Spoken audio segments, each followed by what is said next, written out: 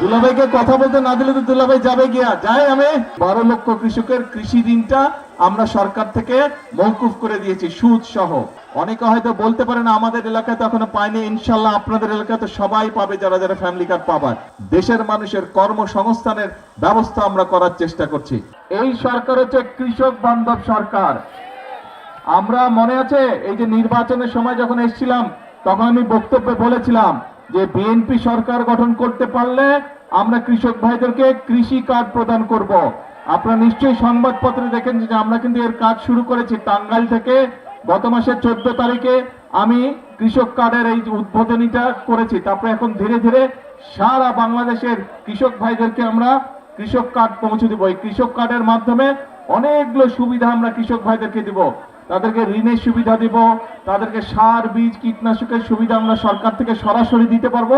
আর সবচেয়ে বড় যে সুবিধাটা, তারা বছরে 2,500 টাকা পাবে, যেটা দিয়ে তারা নিজেরা কীটনাশক ওষুধ বলেন, বীজ বলেন, এই কাজ এই জিনিসগুলো তারা সরাসরি কিনতে পারবে। সরকার থেকে সরাসরি আমরা তাদেরকে এই অর্থ সাহায্যটা করব কৃষক ভাইদেরকে। এর মধ্যে আপনারা দেখেছেন আমি কিন্তু বলেছিলাম যে বিএনপি সরকার গঠন করতে পারলে কৃষক ভাইদের যাদের 10,000 টাকা পর্যন্ত কৃষি ঋণ ছিল আমরা সুদ সহ সেটা মওকুফ করব। নির্বাচনের আগে কইছিলাম এটা, কিন্তু নির্বাচনের পরে আমরা 10 দিনের মধ্যে কিন্তু আমাদের কথাটা আমরা রেখেছি। আমরা সরকারের যে 10,000 টাকা পর্যন্ত কৃষি ঋণ ছিল 12 লক্ষ কৃষকের, এই 12 লক্ষ কৃষকের কৃষি ঋণটা আমরা সরকার থেকে মওকুফ করে দিয়েছি সুদ সহ।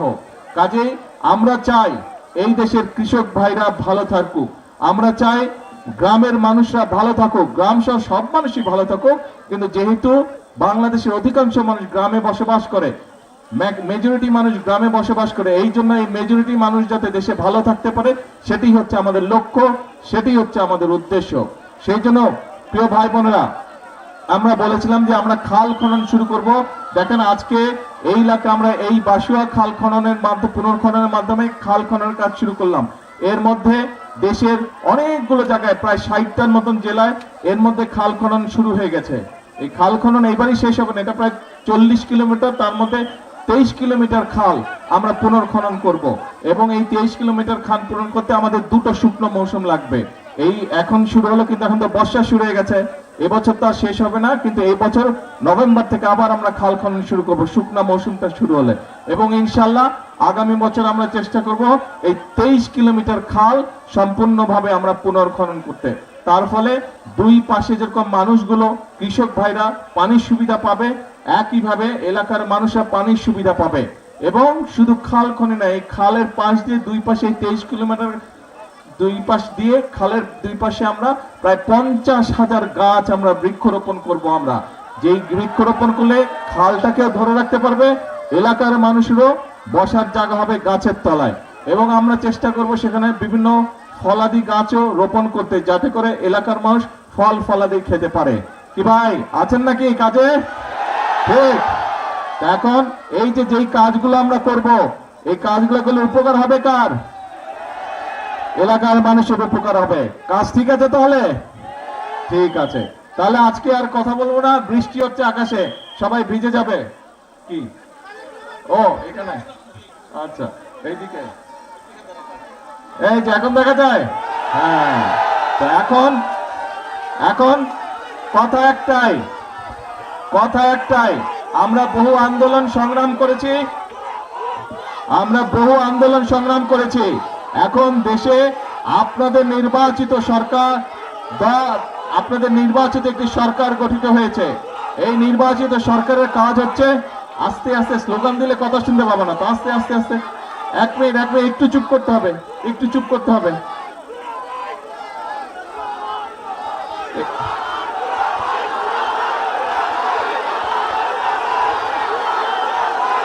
তো দুলাভাইকে কথা বলতে না দিলে তো দুলাভাই যাবে গিয়া যায়। আমি কথা বলবো না, যাব?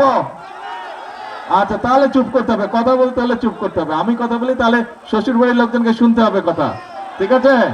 আচ্ছা ঠিক আছে। তো এখন বাংলাদেশের মানুষ এমন একটি সরকারকে 12 তারিখে নির্বাচনে ভোট দিয়ে সরকার গঠন করেছে, যেই সরকার জনগণের জন্য কাজ করবে। কারণ আমাদের একমাত্র জবাবদিহিতা হচ্ছে এই দেশের মানুষের কাছে, এই দেশের জনগণের কাছে। সেজন্যই আমরা সেই সকল কর্মসূচি পালন করতে চাই, সেই সকল কাজ আমরা করতে চাই যেগুলোতে জনগণের উপকার হবে। সেজন্যই আপনারা দেখেছেন কৃষক কার্ডের কথা যেমন বললাম, আমার মনে আছে আমি ফ্যামিলি কার্ডের কথা বলছিলাম, মনে আছে? সেই ফ্যামিলি কার্ডের কাজও আল্লাহর রহমতে আমরা শুরু করেছি। অনেকে হয়তো বলতে পারেন আমাদের এলাকায় তো এখনো পাইনি, ইনশাল্লাহ আপনাদের এলাকাতে সবাই পাবে, যারা যারা ফ্যামিলি কার্ড পাবার। একটু সময় লাগবে, কিন্তু আমরা চেষ্টা করবো ইনশাল্লাহ আগামী 5 বছরে সারা দেশের নারীদেরকে, মাদের কাছে এই ফ্যামিলি কার্ড পৌঁছে দিবার। আমরা আপনাদেরকে বলেছিলাম যে ইমাম সাহেব যারা আছে, মুয়াজ্জিম সাহেব যারা আছে, বা অন্য ধর্মের ধর্মীয় গুরু যারা আছে, তাদের জন্য আমরা সম্মানের ব্যবস্থা করব। সেটার কাজও কিন্তু আমরা শুরু করেছি, সেই কাজটাও শুরু করেছি। আমরা যে সকল প্রতিশ্রুতি দিয়েছিলাম, খাল কাটার কথা বলেছিলাম, খাল কাটার কাজও আমরা শুরু করেছি। কাজেই এখন আমাদের কাজ হচ্ছে কথা কম কাজ বেশি, এখন কাজ হচ্ছে দেশ গড়ার কাজ করতে হবে।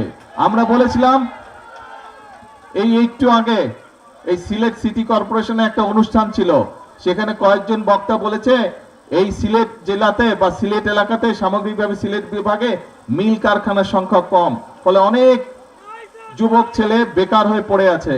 আমরা নির্বাচনের আগে বলেছিলাম যে দেশে যে সকল কলকারখানা বন্ধ আছে, বিএনপি সরকার গঠন করলে এই কলকারখানাগুলো আমরা চালু করব। এই যে এখানে আপনাদেরই সন্তান বসে আছে মুক্তাদির, মুক্তাদির হচ্ছে শিল্পমন্ত্রী, শিল্প মন্ত্রণালয়ের দায়িত্ব আছে মুক্তাদিরের কাছে। নির্বাচনের পরপর প্রায় 5-7 দিনের মধ্যে আমি মুক্তাদিরকে নিয়ে বসেছিলাম যে কোথায় কোথায় বন্ধ কলকারখানা আছে বের করেন, কেন সেই কলকারখানাগুলো বন্ধ আছে তার কারণ বের করেন, এবং সবগুলো আমরা ইনশাল্লাহ ধীরে ধীরে চালু করব, যাতে করে আমাদের দেশের যারা কর্মসংস্থানের সমস্যা আছে যাদের, তাদের যাতে কর্মসংস্থানে, যারা বেকার আছে তারা যাতে কর্মসংস্থান পায়।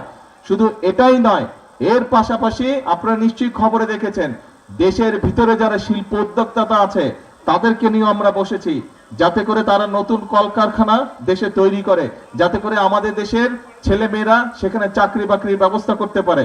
শুধু তাই নয়, বিভিন্ন দেশে, পৃথিবীর বিভিন্ন দেশে আমাদের ছেলেরা যায় চাকরি বাকরি সংস্থানের জন্য, তাদের জন্য আমরা সেই সব দেশের সাথেও কথা বলেছি। দেশের বিভিন্ন জায়গায় আগে বিদেশে যে মানুষ যেত সেইগুলা জায়গা বন্ধ আছে, সেই সব দেশের সাথে আমরা কথা বলেছি, সেগুলাও ইনশাল্লাহ আমরা চালু করার ব্যবস্থা করছি। অতি দ্রুত সেই সব দেশেও মানুষ যাওয়া আবার শুরু করবে। কাজেই আমরা দেশের মানুষের কর্মসংস্থানের ব্যবস্থা আমরা করার চেষ্টা করছি, কারণ এই সরকার হচ্ছে আপনাদের সরকার। এই সরকারকে আপনারা নির্বাচিত করে ক্ষমতায় পাঠিয়েছেন। কাজে এই সরকারের সবচেয়ে বড় দায়িত্ব হচ্ছে, এই সরকারের 1 নম্বর দায়িত্ব হচ্ছে এই দেশের মানুষের স্বার্থ দেখা। এই সরকারের 1 নম্বর দায়িত্ব হচ্ছে, 1 নম্বর কাজ হচ্ছে এই দেশের মানুষের সমস্যার সমাধান করা।